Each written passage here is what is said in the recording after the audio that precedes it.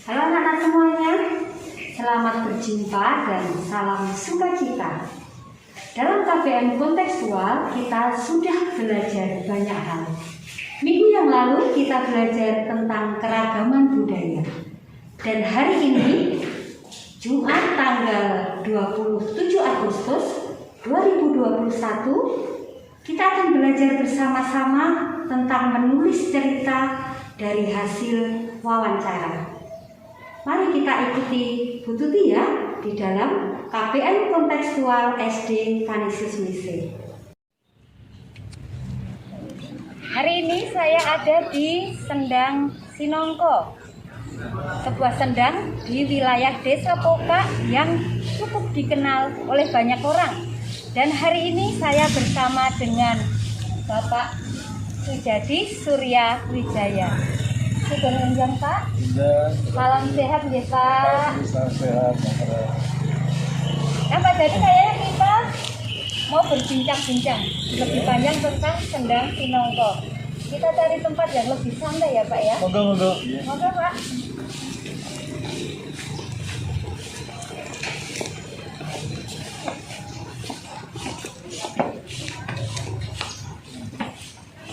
Jadi melanjutkan perbincangan kita. Iya.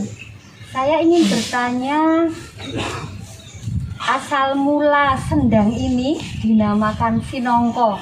Oh iya, baik Mbak. Sesuai mungkin dengan alur cerita dari nenek moyang dahulu bahwa Sendang Sinongko ini awalnya ada sebuah raja dari Keraton Surakarta, Sinuwun Pakubuwono ke-7 mengadakan perjalanan dari Solo menuju ke Jogja, Mbak. Dan akhirnya di tengah perjalanan beliau beristirahat di Sendang sini tepatnya, dan beliau menikmati makan buah nangka. Sedangkan untuk buah nangka tersebut, sebelum beliau melanjutkan perjalanan menuju ke Jogja, buah nangka tersebut dibuang di Sendang sini. Dan beliau berpesan apabila nantinya sendang ini oleh warga supaya dinamakan Sendang Sinangka. Begitu Mbak Bang. Terima kasih Pak Sujadi. Ternyata nama Sinongko cukup terkenal akhirnya ya Pak ya. Alhamdulillah. Di Kelurahan Pokak sendiri kira-kira ada berapa pedukuhan Pak? Jadi Sendang Sinongko ini tepatnya di pedukuhan mana? Oh baik. Untuk padukuhan tentu di Sendang Sinongko sini ikut padukuhan Pokak. Pokak tersebut mempunyai 3 pedukuhan, yaitu 1 pedukuhan Pokak sendiri, dan kedua Tegal Dhuwur, yang ketiga Tegal Sendang yang berada di lokasi tempat Sendang sini, Mbak. Oh, jadi Sendang Sinongko berada di pedukuhan Tegal Sendang. Iya. Jadi untuk mata pencaharian masyarakat Desa Pokak sendiri pada umumnya apa Pak? Baik Pak, untuk mata pencaharian warga masyarakat Desa Pokak rata-rata sebagai petani Mbak, karena berdasarkan adanya sendang sini, air sendang ini bisa untuk mengaliri sebagai irigasi persawahan yang dibutuhkan oleh petani. Oh, jadi masih berkaitan dengan petani, berarti ada tradisi bersih sendang itu ya Pak ya? Betul sekali. Atau yang biasanya dikenal dengan besik sendang? Iya Mbak, betul. Dan saya dengar ada pemotongan kambing juga di acara tersebut. Betul sekali Mbak. Dan saya pengen melihat Pak tempat itu nanti. Tetapi saya masih menunggu Pak Lukas sama Risto. Oh boleh nanti. Kita lihat sama-sama.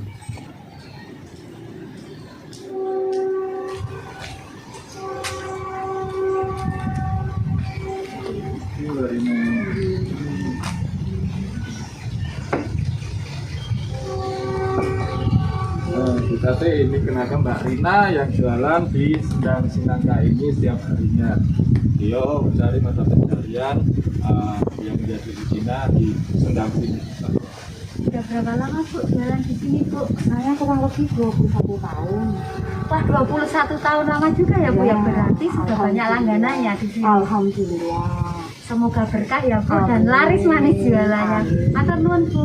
Matur nuwun Mbak Rina.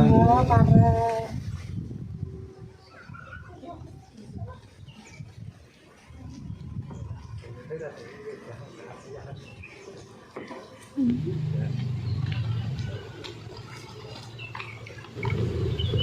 jadi ini Pak Lukas sudah datang sama adik Vito.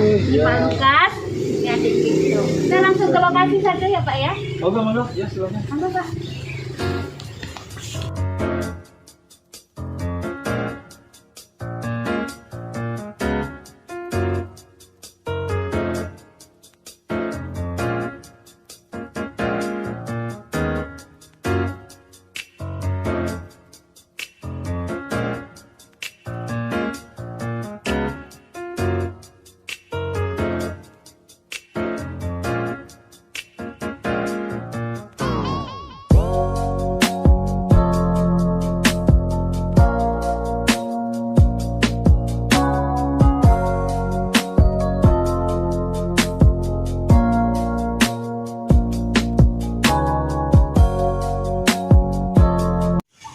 Sekarang saya ada di pinggir Sendang Wadon. Jadi tempat ini biasanya dipakai untuk pemotongan kambing di acara besik sendang. Jadi sebenarnya besik sendang itu sendiri apa Pak? Tujuan bersih sendang ini oleh warga itu ada sebuah ungkapan rasa syukur yang luar biasa terhadap Tuhan Yang Maha Kuasa, yang mana telah melimpahkan rahmatnya kepada warga terutama desa Pokak. Di sini beliau mengadakan pemotongan kambing di area sendang sini, di lokasi ini Mbak, yang diadakan setiap setahun sekali. Lalu terkait apakah ada hari khusus lah untuk pemotongan itu atau bebas hari apa gitu? Oh ya baik Pak. Untuk pemotongan karena sudah melaksanakan tradisi dari turun temurun, untuk hari pemotongan itu oleh warga ditetapkan diadakan setelah panen di musim kemarau, tepatnya diadakan di hari Jumat Wage Pak. Gitu Pak. Harus Jumat lagi. Seperti itu Pak.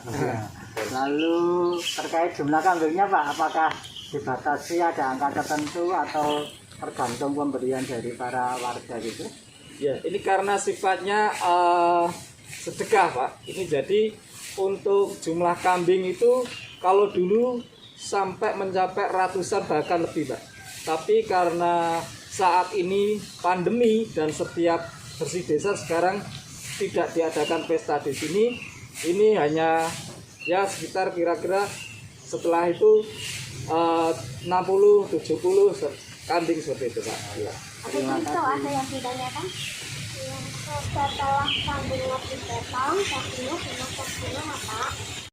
Oh begini deh, setelah kambing dipotong di sini, kalau biasanya dipotong di sini, dimasak di sini, lalu diadakan sebuah pesta rakyat yang dimakan bersama-sama di lokasi ini.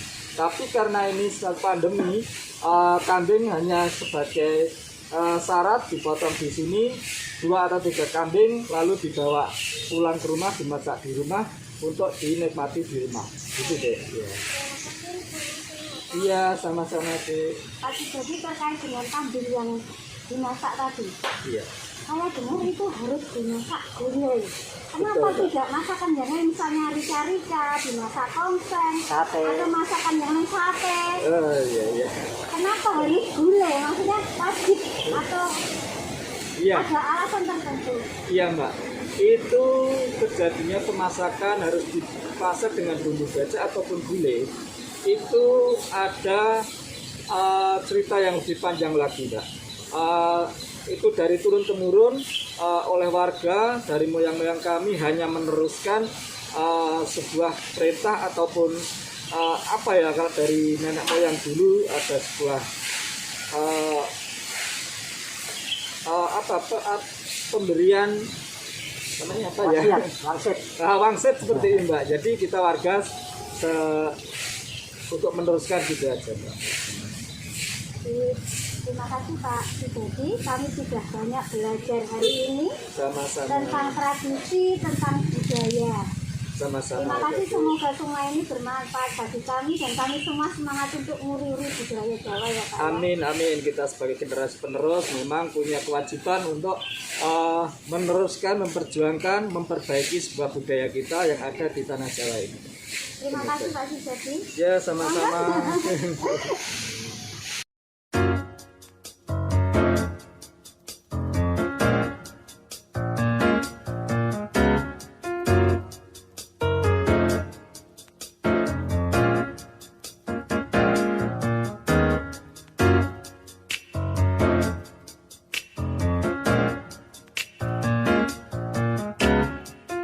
Sudah banyak belajar tentang sejarah asal mula nama Sendang Sinongko dan tradisi besik sendang.